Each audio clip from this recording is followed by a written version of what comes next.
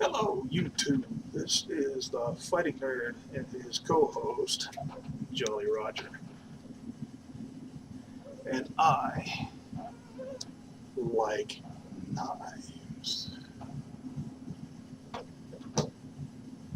And what I want to do is explain to you why I like knives and why a lot of other edged weapon enthusiasts like knives and swords and other sharp, pointy things. It's not that we're psychotic or that we're out to hurt people or we like cutting into things. Although cutting practice on nice, safe, non-living targets can be a lot of fun. But I find that when I tell people that I collect knives, that I am an edged weapons enthusiast, you get this look from them. It's like, oh, okay, maybe I should take a few steps back in case I have to run. Now you can tell people that you collect coins, you can collect stamps, you collect beer cans. You can even tell them you collect guns and not get the reaction of I collect knives. So I'm going to run through the reasons I like knives. Edged weapons have a history that goes back, you know, to before man's civilization, really. The stone axe was probably the first piece of actual technology that mankind developed. Some would say the club, but the club is usually a bone or a big stick that they picked up and used as an impact weapon. But a stone axe was something they shaped out of a piece of obsidian or other glass. They took something that wasn't sharp and made it sharp, and therefore made it more useful. And then they put that sharp rock on the end of the big stick, and they really had something. That edged weapon was also a tool, and it allowed us to go from being prey to being predator. And also it allowed us to cut trees and build better shelters.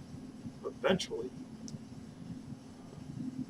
it allowed us to develop the civilization we had. And for me, I'm also an avid student of history. And I think that being able to trace the evolution of mankind's weaponry is a really good framework for studying his development through history as a society. The stone axe, in a lot of ways, was the foundation of all the technology, including the webcam I'm using right now. It was the first time that we had shaped our environment in a meaningful way to make progress into what we are now, what mankind is now. And an example of that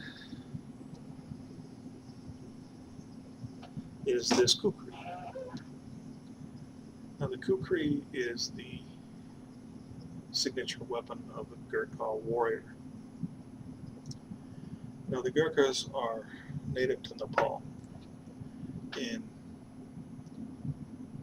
During the British colonial expeditions into the region of Nepal, they came into conflict with the Gurkha. And the Gurkha so impressed the British that they basically made a deal. They hired the British hired the Gurkha as soldiers, mercenaries. But the relationship was different than most mercenary employer relationships. There was a mutual respect and friendship that developed between the British Army and the Gurkha that exists to this day. It's kind of a symbiotic relationship. The Gurkhas were renowned for the courage.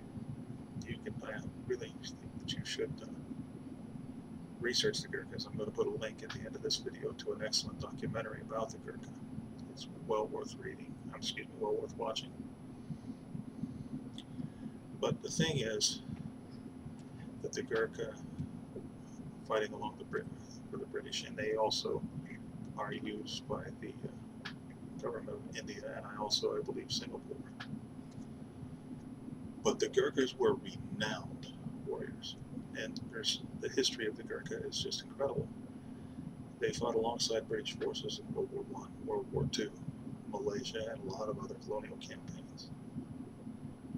They fought in the Falkland Islands War, and they are fighting now in Afghanistan with the British, alongside the British. And they've been involved in pretty much every conflict that the British Army has been involved with since the 19th century. And this is their signature blade. Now for me, this gives me a tangible link to that history. This particular Gurkha, this particular kukri was actually hand forged in Nepal by a hereditarily trained blacksmith that comes from the ex-Gurkha kukri house. And I don't know if you can see it, but you might actually be able to see the hammer marks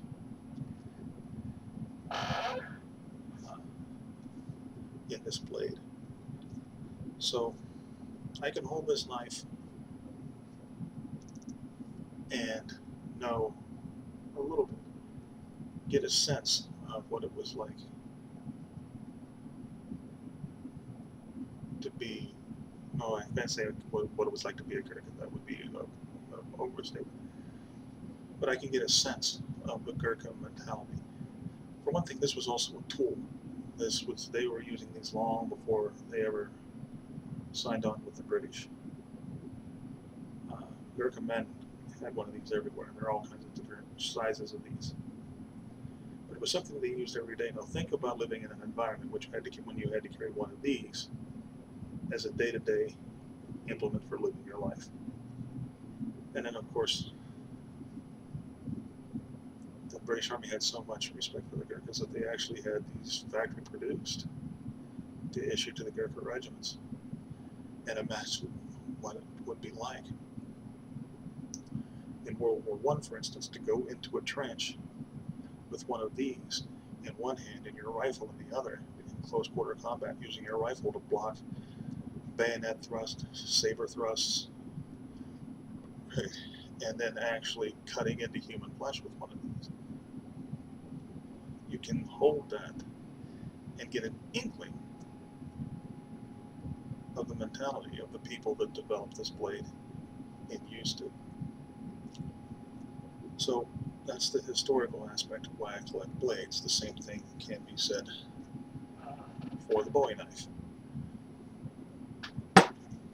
The Bowie is an American icon. If you say Bowie knife, people get the idea of a knife of this pattern, this general type of knife.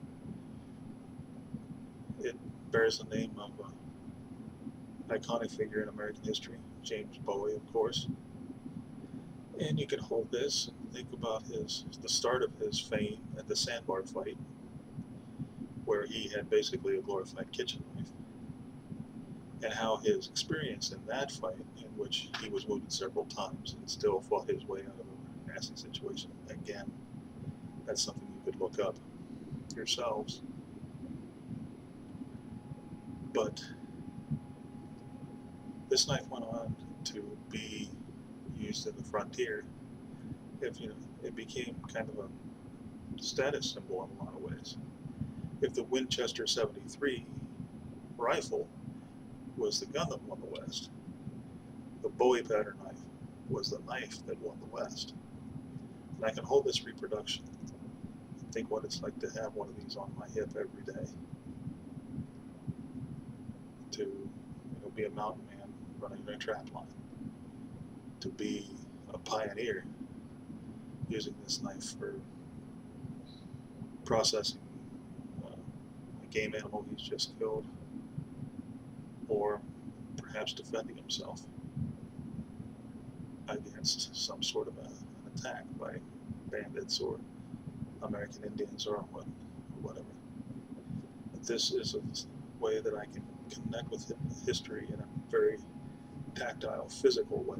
It makes history slightly less abstract, excuse me.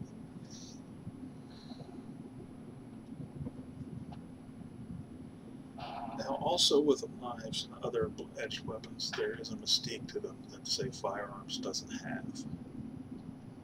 And that's because they're essentially artificial teeth and claws.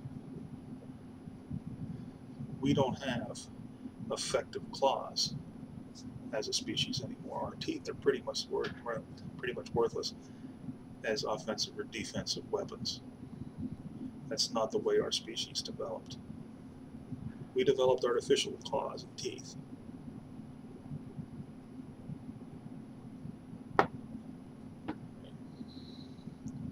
So, and that, again, that's what allowed us to go from being prey to predator. And there's a mystique and there's a fear of edged weapons that supersedes fear of being shot, or even being hit by an arrow. There's something about facing an edged weapon that elicits the kind of the old primal fear of being eaten, killed and eaten, because it's a tooth, it's a claw. And conversely, when you hold a weapon, you get that. When you hold an edged weapon, you get that primal, I guess, that primal sense of power that says, I'm not going to be eaten. I am no longer prey. I am not a victim. And that leads, all through history, that edged weapons were status symbols, little symbols of authority, as much as they were viable weapons. Bearing in mind that the firearm has only been a real viable personal combat tool for 4 or 5 years, depending on which early firearm you think was actually a viable weapon, and whether it was just kind of what types of weapons were just kind of a learning experience, say the matchlock, for instance.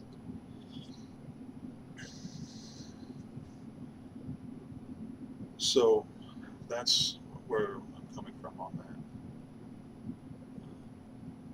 Officers in the military are still issuing ceremonial swords. It's a sign of authority. Some pagan and Wiccan practitioners still use an Athame knife. They don't use a Glock 17 or a Glock 22 or a 6 Sauer to perform their rituals and enter their circles, enter their sacred circles. They use blade in their ceremonies. So there's this connection not only with just history, but that primal sense of self when we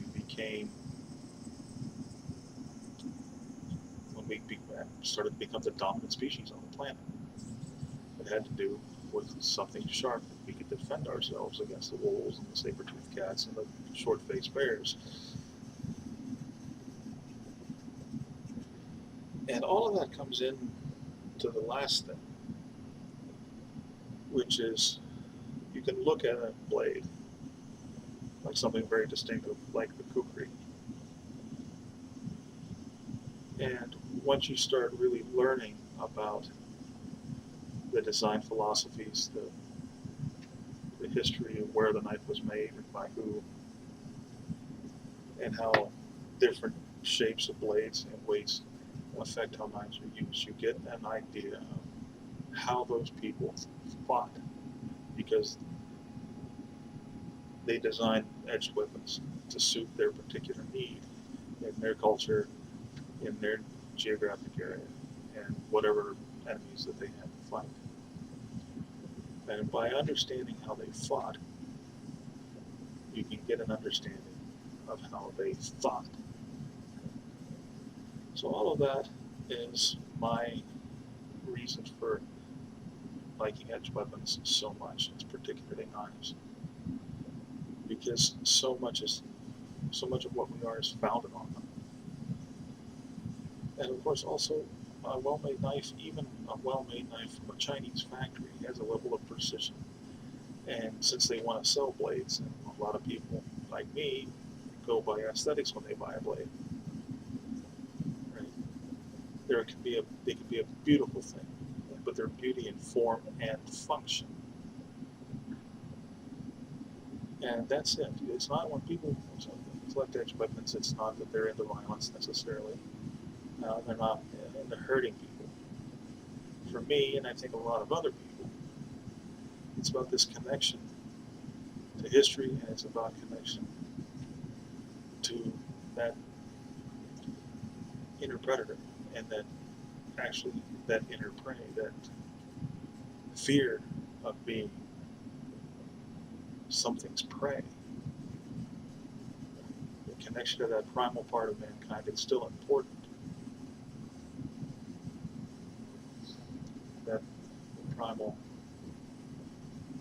That primal drive, when the need to survive, and survival itself, day-to-day survival, wasn't a hobby, and it wasn't a sport. It was an everyday reality. So there you go. That's the whole thing about me and edged weapons and knives. And I think I speak for at least a few other people that are into knives and other edged weapons. And so I'm going to keep this video a lot shorter than the last one I did. The last one ran over almost half an hour, which was a little bit much. So I'm going to be signing off along with my co-host, Jolly Roger. Remember, folks, draw your blades only in just purpose, and sheathe them only with honor. This is the Fighting Nerd. Good night.